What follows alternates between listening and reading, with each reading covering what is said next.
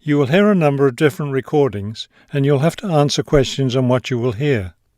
There will be time for you to read the instructions and questions, and you will have a chance to check your work. All the recordings will be played once only. The test is in 4 sections. Section 1. You will hear a man arranging to get a telephone connection.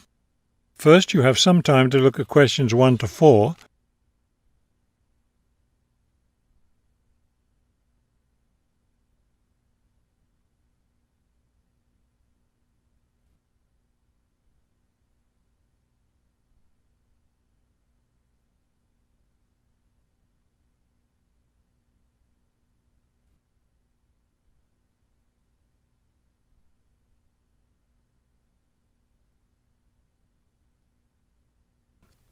Now we shall begin.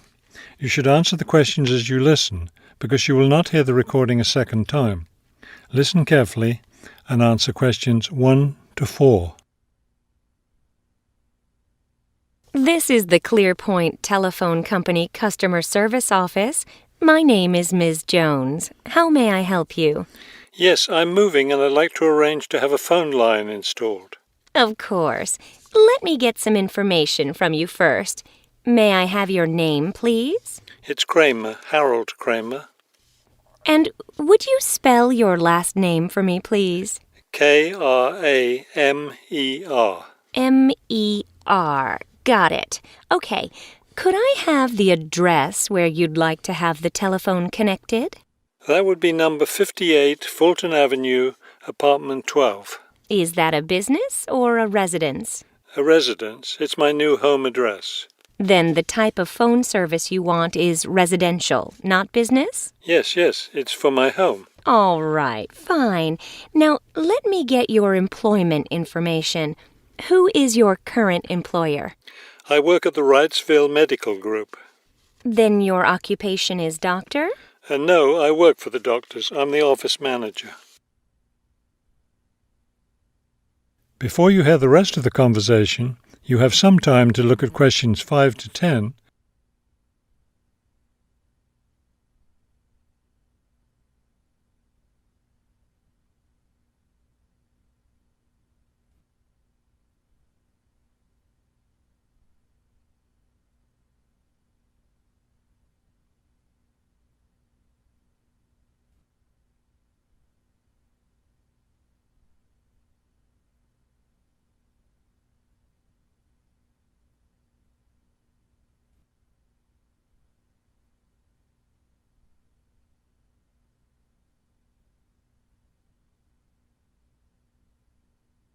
Now listen and answer questions 5 to 10. Okay, and could I have your work phone number? It's 637-555-9014. 9014, great. Just one more thing. I need to know how long you've been at your current job. I've been working there for quite a while now. Let me see. 9, that's right, 9 years. Okay, good. You've been there long enough, so I don't need to ask about any other work history. Now, in addition to our basic phone service, we have several special services available. Could you explain them to me? Most customers opt for unlimited long-distance service. It really saves you money if you make a lot of long-distance calls. That sounds like a good idea. Then I'll put you down for long-distance service. Another popular service is voicemail. Voicemail takes all your messages electronically, and all it takes is one simple phone call to retrieve them. Voicemail. No, I don't think so. I have an answering machine to take my messages. It's old, but it still works fine.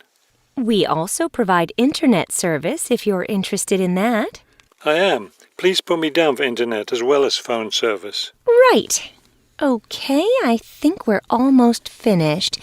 I just need to schedule a time for the technician to go to your apartment and do the installation. Let me see. What about next Tuesday? Would that work for you? No, not Tuesday. I'll be at a conference all day. Wednesday would work, though. I'm afraid I won't have any technicians in your area on Wednesday. I could send someone on Friday. That would be fine. What time of day works best for you, morning or afternoon? Morning would be best. All right then, it's on the schedule. Do you have any questions? No, I don't think so. Thank you for calling Clearpoint. That is the end of section 1. You now have half a minute to check your answers.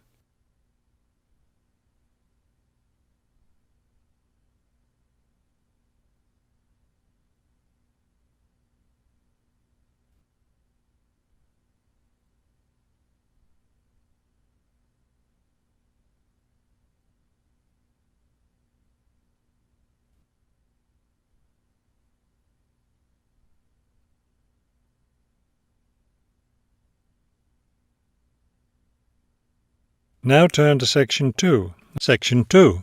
You will hear a radio interview about an upcoming fair. First, you have some time to look at questions 11 to 14.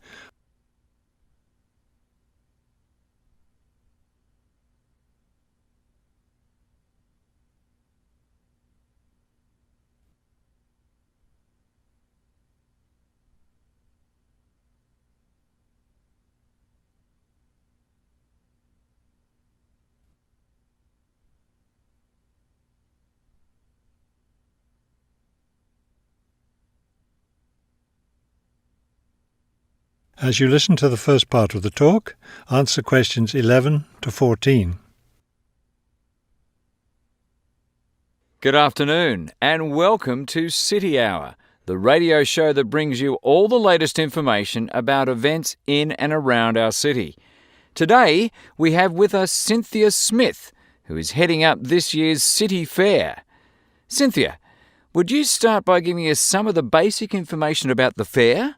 Where will it take place this year? I'm glad you asked that question because I know most people will be expecting the fair to be at the fairgrounds as usual, but we've had to change the location this year due to some construction work. You know, they're building the new high school in that neighbourhood and they've been using the fairgrounds as a place to store construction materials. So we've moved the fair to City Park, which I think is a wonderful location. Yes, that will be a great place for the fair. I understand that the fair begins on Friday morning with a special opening event. Actually, it won't begin until that evening, but you're right about the special event. Traditionally, we've begun with a parade, but this year our opening event will be a special dance performance. And the most exciting part is that the mayor will be one of the dancers. The mayor is a woman of many talents. Cynthia, could you tell our listeners about the price of admission? What will it cost to attend the fair? We're trying to keep the price down as much as possible. A 3-day pass is just $25, or you can buy a Saturday or Sunday only pass for $15. The opening event on Friday, the dance performance, doesn't cost anything to attend, and we're hoping a lot of people will come to watch that. Before you hear the rest of the talk, you have some time to look at questions 15 to 20.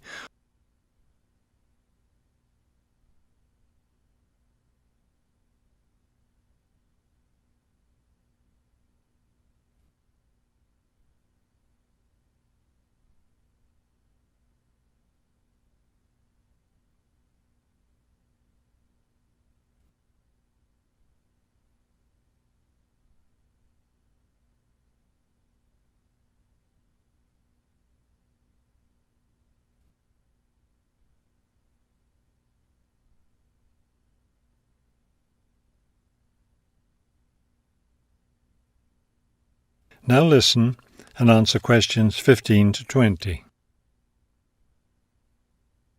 Could you tell us about some of the events planned for Saturday and Sunday, the main days of the fair? We have a lot of exciting things planned. There are a number of events especially for children, including a clown show on Saturday afternoon. On Saturday evening, we've got an event that can be enjoyed by the whole family, a concert by the lake. I'm sure that will be a popular event. Is there anything special planned for Sunday? Yes, a really fun event, and we hope a lot of people will participate. There'll be a singing contest in the afternoon. It's open to everyone at no charge. It doesn't matter whether you're an experienced singer or not. If you've always dreamed of singing on stage, this is your chance. That sounds like a lot of fun. I think it will be. I'd also like your listeners to know that besides the special events I've mentioned, there will be things taking place all weekend. For example, at the food court, international food will be served. You'll be able to sample dishes from all around the world.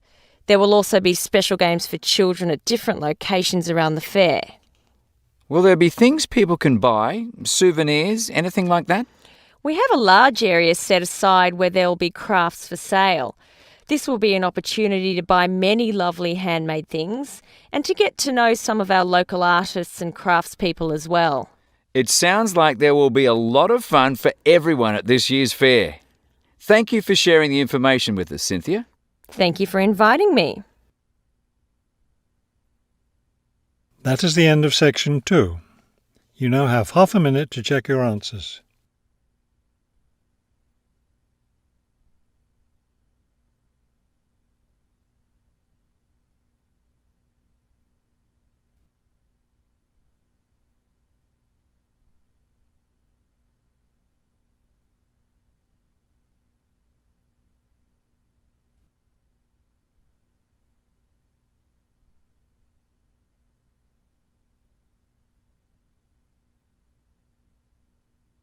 Now turn to section 3. Section 3. You will hear a conversation between a prospective student and a university advisor about applying to enter the university. First, you have some time to look at questions 21 to 23.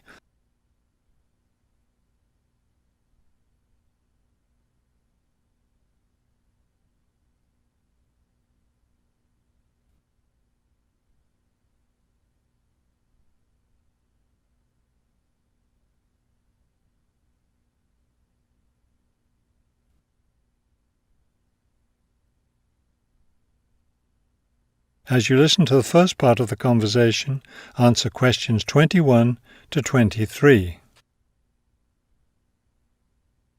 I'm interested in entering your business administration program, and I'd like some information on how to apply. I'm a little concerned because I've been out of school for a number of years. That could actually work to your advantage. It's possible to get academic credit for work experience if that experience is related to courses in our program. I've been working in business for several years. How would I get academic credit for that? First, you'll need to read the university catalogue to see if any of the course descriptions match your specific job experience. For example, if you've worked in accounting, you may be able to get credit for an accounting course. So then what would I do? You would write a summary of your work experience, relating it to specific courses we offer. Submit that to the admissions office with a letter from your work supervisor confirming your experience. Before you hear the rest of the conversation, you have some time to look at questions 24 to 30.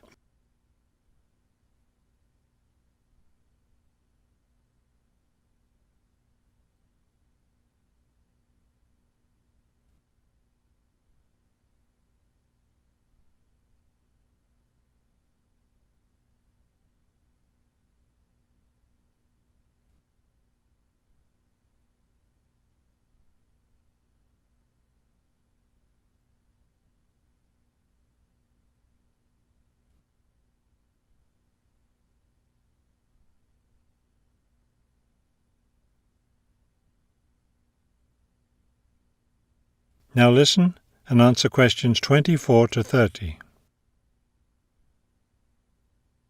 Would I submit those things at the same time that I apply for admission? That would be the best idea.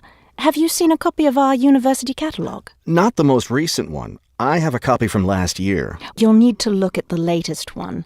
Unfortunately, I've run out of copies, but you can get one from the library for now, and I'll send you your own copy as soon as I have more available. Thank you. How does the admissions process work? Well, first you'll need to get an application for admission. Those are available in the admissions office. The application form contains all the instructions you'll need. That sounds simple enough. Of course, you'll need to make sure you meet all the admissions requirements. How can I know what those are? We have copies of the requirements lists for all university programs here in the counselling centre. I'll give you one before you leave today. Will I need to get recommendations from my employer or former teachers? Oh, yes, you will. The recommendation forms are available in the admissions office. Now, I don't know if you'll also be applying for a part-time job through the university work-study program. I'm considering that. How can I find out what kinds of jobs are offered?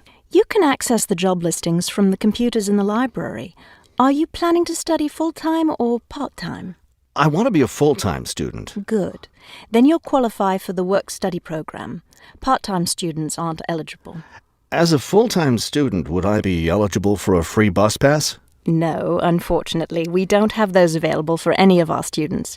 However, you can apply for financial assistance to help pay for your books or for your tuition. I'd like to look into that. Do I apply for that at the admissions office? No, that's through us. You'll need to make an appointment with a counsellor. That is the end of section 3. You now have half a minute to check your answers.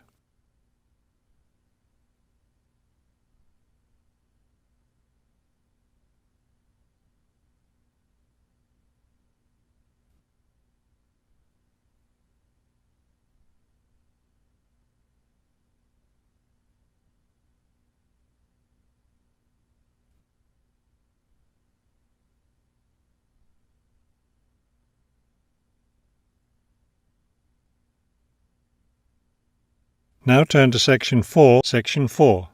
You will hear a lecture about the black bear. First, you have some time to look at questions 31 to 35.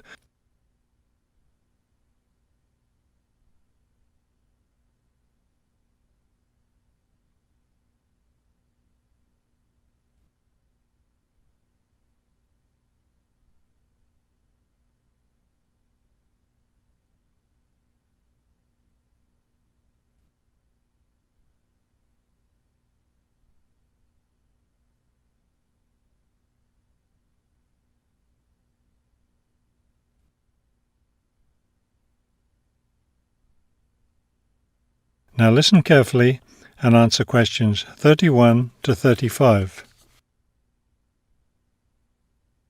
The black bear, or Ursus americanus, has a wide range inhabiting forested areas of North America, including Canada, the United States, and parts of northern Mexico.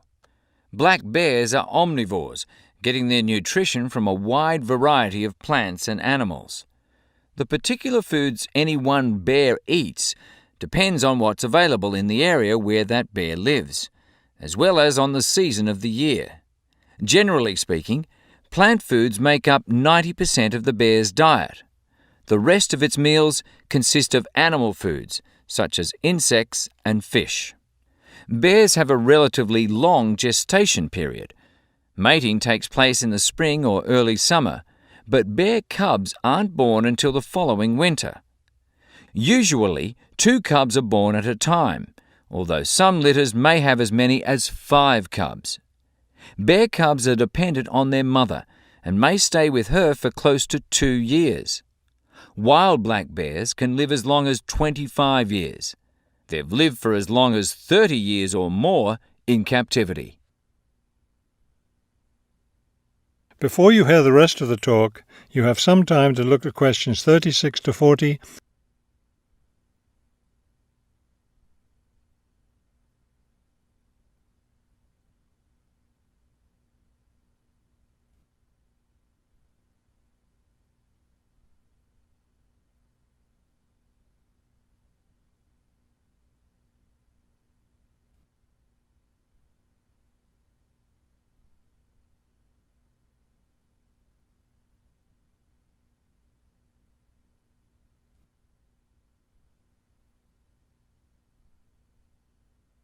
Now listen carefully and answer questions 36 to 40. Much of the black bear's range coincides with the range of its close cousin, the grizzly bear. Although these bears are somewhat similar in appearance and habits, it isn't difficult to tell the difference between them. Colour isn't necessarily a distinguishing characteristic, as both species of bears occur in a range of colours from almost blonde to dark brown or black. Many black bears, however, have a patch of fur on their chests that's lighter in colour than the rest of their fur. Grizzly bears don't have this patch. Size isn't always a distinguishing feature either, although grizzly bears are usually heavier with an average weight of 225 kilos. Black bears average 140 kilos in weight. Grizzly bears spend time digging in the ground for roots and tubers that make up part of their diet. The large muscles they need for this give them a distinct shoulder hump.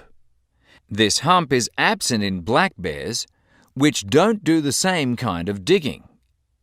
The shape of the face and ears is also different in each species of bear. Grizzly bears have a depression between the eyes and nose, and short, round ears. Black bears, on the other hand, have a straighter profile and longer, more pointed ears. Grizzly bears are known for their fearsome, long, sharp claws. Black bears have shorter claws, which are better suited for climbing trees. That is the end of section 4. You now have half a minute to check your answers.